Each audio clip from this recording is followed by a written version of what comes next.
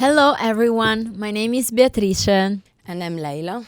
and we are PhD students at the Graduate School of Arts and Sciences at Columbia University, and host of the Espresso with the Experts, our new ISERP podcast.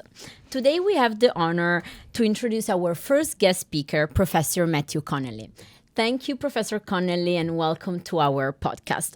Professor Matthew Connelly is a professor of international and global history at Columbia, and is also co-director of ISERP, the Institute for Social and Economic Research and Policy, our sponsor for the podcast.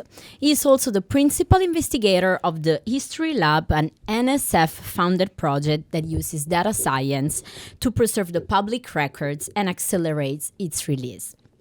Professor Connelly's publications include A Diplomatic Revolution, Algeria's Fight for Independence and the Origins of the Post-Cold War Era, and Fatal Misconceptions, The Struggle to Control War Population, an Economist and Financial Times Book of the Year. He has also written articles on foreign policies on prestigious magazines such as the Atlantic Monthly, and commented on current affairs for the New York Times and the BBC. And last but not least, he has also served as a consultant for the Department of Homeland Defense and the Gates Foundation. So today we have the pleasure to get Espresso with Professor Connelly, and we are presenting his book, The Declassification Engine, What History Reveals Us About America's Top Secrets. The book turned out to be a very perfectly timed publication, as it came out with the scandal of President Biden for the classified documents finding. So we will talk about secrecy, but we will in particular focus on the research of Professor Connelly behind this book. Indeed, Professor Connelly research is quite innovative because he's using data analysis in history, a discipline where it's new to work with large data set and digital sources. So in particular, we are interested in seeing what is Professor Connelly's take on the intersection between social sciences. Let's start our conversation by talking how this project came about. So what is the declassification engine? Yeah. Well, the declassification engine, it's a kind of dream because much of the book describes a nightmare. I mean, it's the nightmare of the system for keeping secrets that's really grown out of control. And the examples you give, about Trump and his documents in Mar-a-Lago and Joe Biden and the documents next to the Corvette, I mean, these are just some of the more, scintillating examples of something that's just been growing, metastasizing, actually. That is the problem that we have as a country, in that our government has lost control, of a system that at least initially was meant to protect national security. So the dream I have is that we could begin to use data science. We could use technology to automatically identify the records that really could be dangerous if disclosed, and at the same time accelerate the release of all these other records, millions and actually billions of them, that the public needs to have in order to understand what our government is doing in our name. That's very interesting. So yes, you just talked about a dream. We called it, let's say, a solution to the overclassification issue, which basically entails connecting history, data science, and public records. So can you tell us a bit more about how data science, computer science, and history can come together within this new growing field of the so-called computational social sciences? Sure. I mean, not only can, history be seen as a kind of data science, but I think increasingly it's going to have to be. Because whereas, in the past, when I was a graduate student, typically what you would do if you were doing research for work of history is you go to the archives, you look at what are called finding aids, which are like inventories, and then you start like rifling through these boxes. You open them up. Sometimes you don't know what's going to come out. I mean, literally, like bugs sometimes would crawl out of these boxes. But more and more, the information that we need to have to do our work as scholars, it's coming to us in digital form. Either millions of these paper documents have been digitized and we access them through databases, or more and more of these documents are born digital. That is, they start out as email and PowerPoints and so on. And so when you think about it, going forward, if for instance, you wanted to write the history of our time. How could you do that, without analyzing social media, right? How could you even begin to deal when, for instance, the State Department now produces 2 billion email a year. So unless historians start using the tools of data science, we're just not going to be able to do history anymore. Okay, yeah, that totally makes sense. Yes, like in our heads, historians go into those dusty archives and libraries.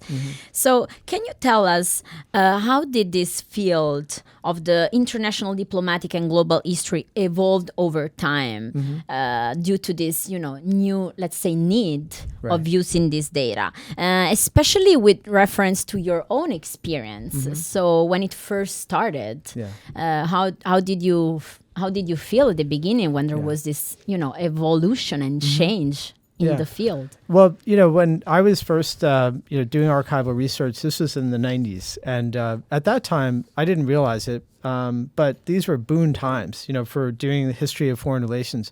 Because after the end of the Cold War, the U.S. government, for example, by 1998, it was declassifying over 200 million records a year, or 200 million pages, rather.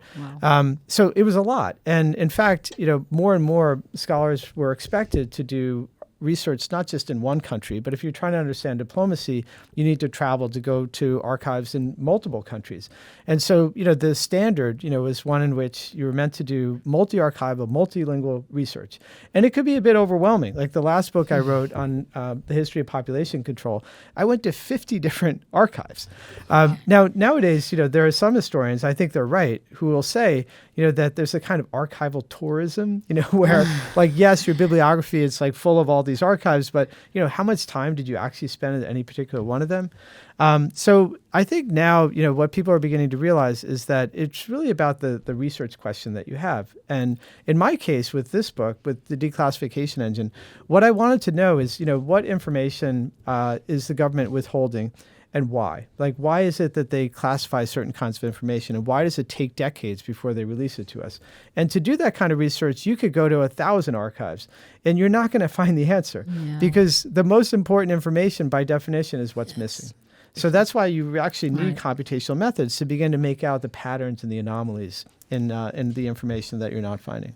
Okay, fantastic. I can see it. And actually, it comes up to my mind that you're going to archives, you have to go to so many archives and you have to search through so many documents. So you need a lot of fundings to do all of this, I guess. It sounds something that needs money to survive. So exactly, if you can tell us about how do you get funding? And also about how is it going to change with, for example, digital archives? If you're going to need less funding, for example, or... Yeah, I mean, that's one reason why it's so great we can talk about this because, it's the kind of thing you're not going to find in a book, right? They don't necessarily, they may acknowledge, that certain people or institutions funded the work, but what does that really mean? So, when you're doing the kind of traditional archival research, the money you need is basically just to pay your way, right? When you have to fly here, there, and everywhere, and you have to spend some time, whether it's an Airbnb or whatever. And, you can just imagine what that might cost. And it could cost quite a lot, if, you have to travel the world. Now, more and more scholars, and not just grad students, are finding it's just not feasible, right? And increasingly, people are beginning to use online databases. And archivists realize that. So there's a real priority in the archiving community to make more and more of these materials available online. So the problem, though, is that, if all you have is a database or even multiple databases, the only way to explore them is through keyword searching. You don't necessarily know what you're looking for. And so you can guess at what the words might be, but there's research to show that most of the times you're going to be missing what you actually need.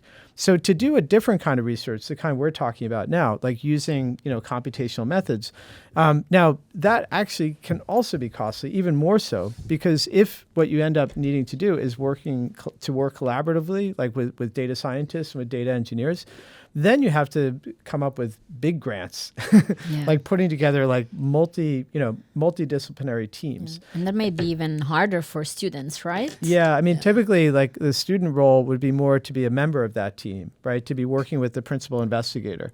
Now that's still rather uncommon in history, but of course, as you know, in other disciplines like economics, for example, it's now the norm. You're typically working in teams, right, and doing multi-authored publications, and I think that is going to become more common even in disciplines like history.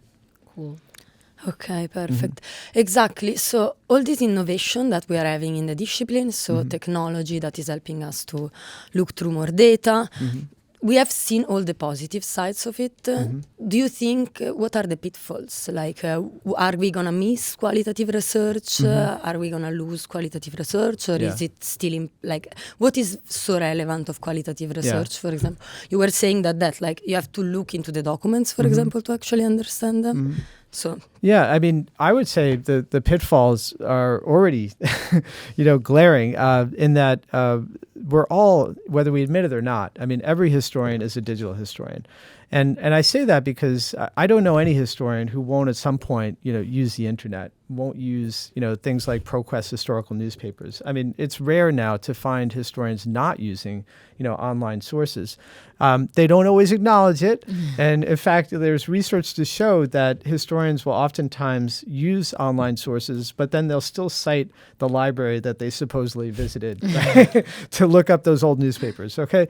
So, we're not really being honest with ourselves when we cite sources in that way. And there are historians like Tim Hitchcock, for instance, Lara Putnam is another one. What they pointed out is how we're all doing digital history, whether we acknowledge it or not. But a lot of us are doing bad history, because if what you're doing is like you're just trying these keywords and trying to find documents, history can be a kind of grab bag. And you can find almost anything, if you already have decided what your argument is and you just want to find examples for it. So that's the kind of pitfall that I think we can already see, or in some cases we can't see, because historians aren't really showing us the paper trail of how it is that they're doing their research. So when we do like more ambitious, more complex kinds of research, there are going to be other pitfalls, right? I mean, if you're working in a team, of course, you have to trust each other. You have to trust one another to do careful work. So there are going to be pitfalls all along the way. But I think it's all the more important then that we begin to acknowledge the ways that we're using technology to try to do it more effectively. Cool. So we talked a lot about computational social sciences, text as data, but not everybody might actually know what this is really about. So can you tell us more about what is the process of transforming those classified documents into data? How do you transform text that you find in those archives into data? And how do you think your, let's say, approach differs from other disciplines as an historian compared to, for example, political scientists or economists? Oh, yeah. So, what you typically have to do, like when we're talking now about paper documents, right? Because so much, in the archive is still in paper form, you have to do something called optical character recognition. And there are all kinds of software now that do this work. And basically, what you're using is this field of research called computer vision. So you're taking like visual data and you're turning it into images, textual right? data. Yeah, you start out with these images, and you can see this. Like if you take a PDF, for example, you can highlight some of the text, and you'll see immediately like whether that text has been captured and whether it's now become searchable. Now you can also do this at scale. I mean, you can do this with whole corpora numbering in hundreds of thousands, even millions of documents, but typically, you're going to have some amount of garbled text. And this is something that I think a lot of people don't actually realize. Like, so you see, for instance, in the media, people will say, well, I searched all these newspapers from the 19th century and I don't see anybody even talking about contraception. Well, because for one thing, they wouldn't necessarily have used the term, right? They probably wouldn't have used the term. But another reason is that a lot of the text is going to be garbled. And you won't necessarily know whether the term that you were looking for might have appeared in the original text, but it's not going to be accessible to you, using OCR and using that kind of search engine technology. So, a lot more records now, luckily, are coming to us born digital. And so even in the 1970s, the State Department, for example, was using electronic record systems. So you don't have to worry about that kind of problem with garbled text. You have other kinds of problems. Yeah.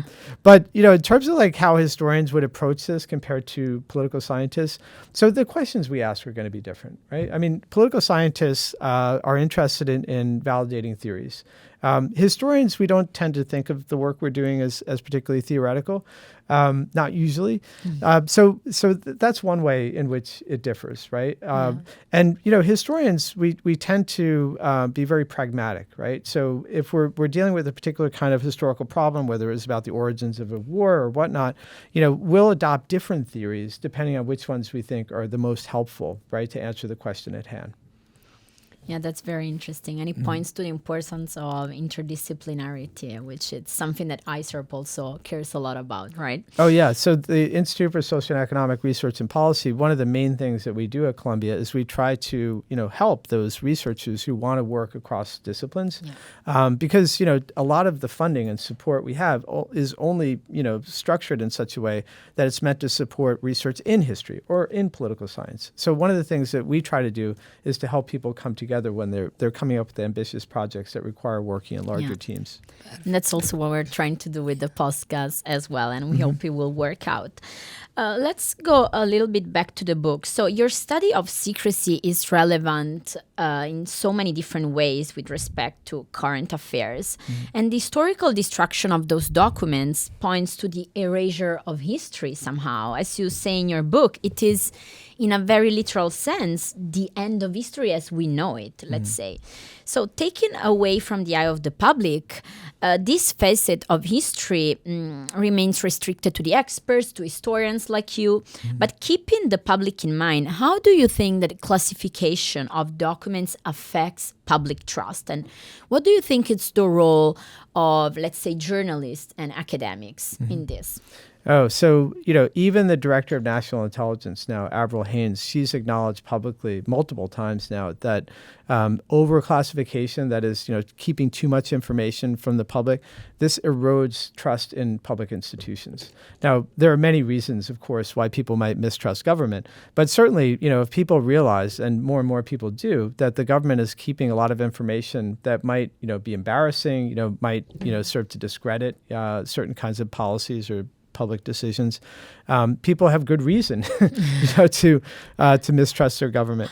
Now, of course, this could be, dangerous for a democracy, right? If people begin to lose faith, right, in these institutions, then a lot of people will just opt out, right? Or worse, And so I think, even when the head of the intelligence community is saying that they're keeping too many secrets and they're starting to worry about what effect that's having on our democracy, I think all of us, journalists, historians, and everyone else, should begin to do something about that. Now, in terms of what we do, journalists, for a long time, as we all know, they've tried to report what they can, when they can get, access to that information. But, unfortunately, a lot of the times, what journalists end up reporting is the information that's given to them by public officials, in many cases, in order to advance their own agendas, right? And so, we all know the famous cases like Edward Snowden and so on, but much more common in terms of the kind of classified information that's given to journalists, it's the senior officials, sometimes even the president, will give a story to a journalist because that's the story that's helpful to them to have told to the public. So they're basically managing the news in that way. Now, what historians try to do is we try to get access to all the records we can get our hands on, because we think in that way we can tell a more complete story. We have seen with the current classified document scandal of President Biden that though there is a matter of security with respect to these classified documents. So, for example, Biden and Trump had some documents, classified documents with themselves, and instead Snowden leaked some documents. So they're going through different judicial problems with respect to this. What is the problem with respect to having classified documents? What is the problem instead with respect to leaking? Why Snowden had such a harder life? And what with respect to professors instead? How can you work with classified documents, for example? Yeah, so, my project at History Lab, we don't work with leaked documents. I could give you reasons for that. I mean, one reason, the obvious reason, of course, is we want to stay out of trouble if we possibly can. And, when using a lot of data and using data science methods, there are some lawyers who will say that this creates a novel kind of issue, and one where we don't necessarily have precedents. But, for sure, if you're only using declassified documents, it makes it less likely, let's say, that some overzealous prosecutor might take an interest. Now, having said that, there's another reason too, which is that even when we look at something like WikiLeaks and the 250,000 cables that ended up online because Chelsea Manning, handed them over to Julian Assange, when you know how many records were being generated every year, the files from which those records were taken, the central foreign policy files, they number in the tens of millions. And so even 250,000 cables is actually a relatively small sample, and it's actually a very unrepresentative. It's a non-random sample of the original. To take one example, there are almost no cables from Moscow. in those 250,000 cables. So I think that tells you something about how it is that there may have been an agenda behind which cables ended up getting shared with the public. So you can do a lot with declassified documents because as few as have been released compared to all the others that remain secret, we do have, for the 1970s, for example, we have literally millions of declassified documents. And we also have in these documents a lot of metadata, right? The from and the to and the subject, the classification level, the handling instructions.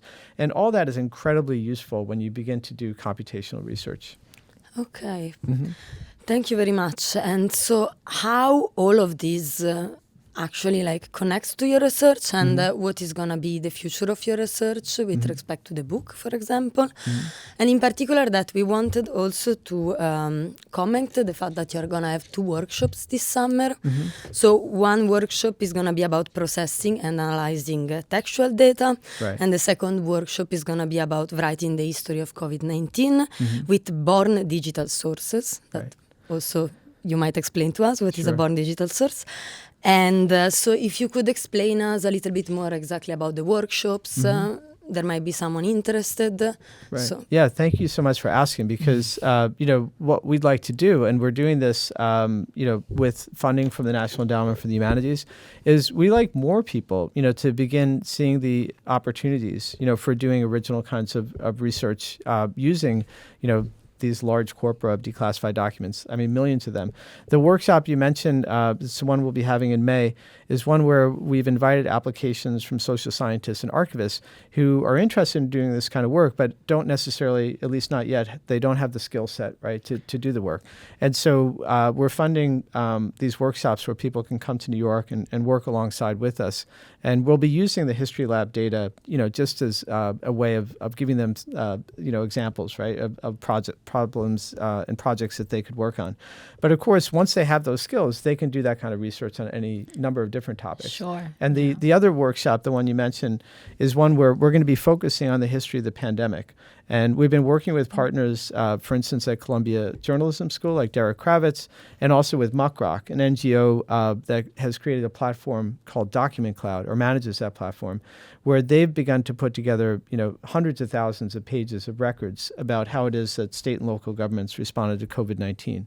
And so over the course of the summer, we're going to be working with researchers as well, seeing what we can learn using these kinds of computational methods about how it is that government responded to the pandemic, like what worked, what didn't work, even things like, where did they get their information from, like whether they were following the policies, practices of particular, institutions and government and so on. So these are great opportunities, and we're happy that Columbia is such a vibrant community, and it's very nice to see that you're also collaborating between schools, right? That's amazing.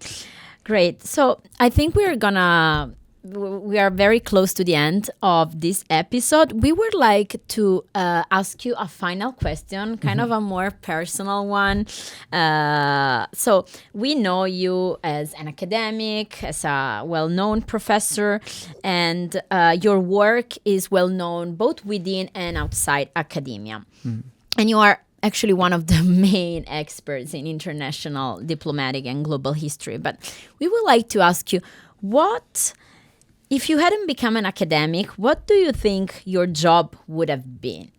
And in general, what do you think is your sliding doors moment? For those that might not know, a sliding door, it's this seemingly inconsequential moment in your life, which actually has huge consequences for your own path. So we were just curious about that. You know, as a kid, I was a little bit strange. You know, even as a teenager, I was very interested like in international diplomacy and military history and things like that. And so by the time I got to college, I actually went to Columbia as an undergrad. You know, my dream then was to eventually anyway end up having a career, you know, in public policy. And, you know, because I was very ambitious, you know, I wanted to have a career where I would end up like in a very senior position. And when I looked at the kind of jobs that people had who ended up with, you know, jobs like that, you know, you find that large numbers of them come from the world of corporate law. You know, these big corporate law firms, whether it's in Washington or New York or what have you. So when I was at Columbia undergrad, up until my third year, I assumed that when I finished, I was going to end up, you know, going to work at one of these big corporate law firms and then eventually try to maneuver my way, you know, probably through campaign donations, right? Maneuver my way somehow into this career in public policy. But what I realized, first of all, you know, and I come from a family of lawyers, so I don't mean any offense. But, you know, when I did, for instance, you know, a summer internship at a law firm, you find that most lawyers are not really happy in their work. I mean, it's, you know, the kind of work, you know, they have to pay them a lot of money because otherwise, I mean, who would do it, right? And so at the same time, in my third year, I did a program where Columbia sends students to Cambridge and Oxford. Oh, okay. So I spent a year at Cambridge, and I, you know, as a lot of us, you know, you hear about how it is. You do these kind of tutorials. You work one-on-one with a professor. Yeah, and mentorship programs, right? And it was the first time, you know, that I began to, you know, work in that way with a professor, and I began to think, you know, this is fun. That's I mean, cool. I could do this, you know? Or at least I wanted to. And so, you know, ever since, you know, to me, this is the dream. You know, is I have this job where I get to read books all day. I can write history myself. I get to talk to people about it. And, you know, I'm very happy, let's say, you know, that I ended up not becoming a corporate lawyer because I think I probably would have been pretty unhappy if I'd done that. Well, that's great. I guess everyone at the end of the day finds his own path. And I guess all those opportunities that we're going to have at Columbia, like those workshops this summer, might really change your decisions and eventually your path. Exactly. You might have lawyers that become academics also with your workshops. You may never know. Right. I hope so. Nothing against the law school, Not but at we're all. just saying All come right. to the history department at Columbia, right? Why not, right? Yeah, and social sciences in general. Absolutely. So thank you a lot, Professor Connelly, for being here with us today, for your talk and your precious words. Thank you, Leila. And thank you, ISERP, for sponsoring this first episode of our Espresso with the Experts new podcast. We hope you liked it. And if you did, please follow us on our pages on Instagram and our website. And we're looking forward to the next episode. Thank you.